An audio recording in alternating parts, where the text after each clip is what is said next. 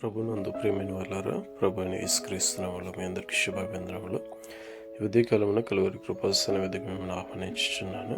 న్యాయాధిపతుల గ్రంథం 17వ అధ్యాయము 7 నుంచి 13 వచనములు మనం చూస్తే, యూదా బెత్లెహేము నుంచి ఒక యవనస్తుడు వచ్చి తాను ఎఫ్రాయిమీయుల ప్రాంతంలో తనకు నివసింపగలిగిన ప్రదేశం ఉన్న ఎడల అక్కడ నివసించదనని వెళ్ళినప్పుడు మీకా ఇంటికి వచ్చినట్లుగా చూస్తున్నాం. మీకా నువ్వు ఎక్కడి నుంచి వచ్చితివి అని అడిగినప్పుడు, నేను యూదా బెత్లెహేము నుంచి వచ్చిన లేవీయుడను, నేను నివసించుటకు స్థలం కోసం చూచుచున్నానని చెప్పినప్పుడు, నా యొద్ద నివసించమని నాకు తండ్రివి కానీ యాజకుడు కానీ ఉండమని చెప్పినప్పుడు, అతడు సంవత్సరం నాకు 10 వెండి రూకలను దుస్తు బట్టలను నీకు ఆహారం ఇచ్చేదని చెప్పినప్పుడు, ఆ మనుషుడు ఒప్పుకొని అతని కుమారులలో ఒక కుమారునిగా ప్రతిష్ఠింపబడిన వాడిగా తోడై ఉన్నట్లుగా చూస్తున్నాం. అప్పుడు లేవీయుడు నాకు యాజకుడైనందున యెహోవా నాకు మేలు చేయనని అనుకుని అతడు తెలుసుకున్నట్లుగా మనం చూస్తున్నాం.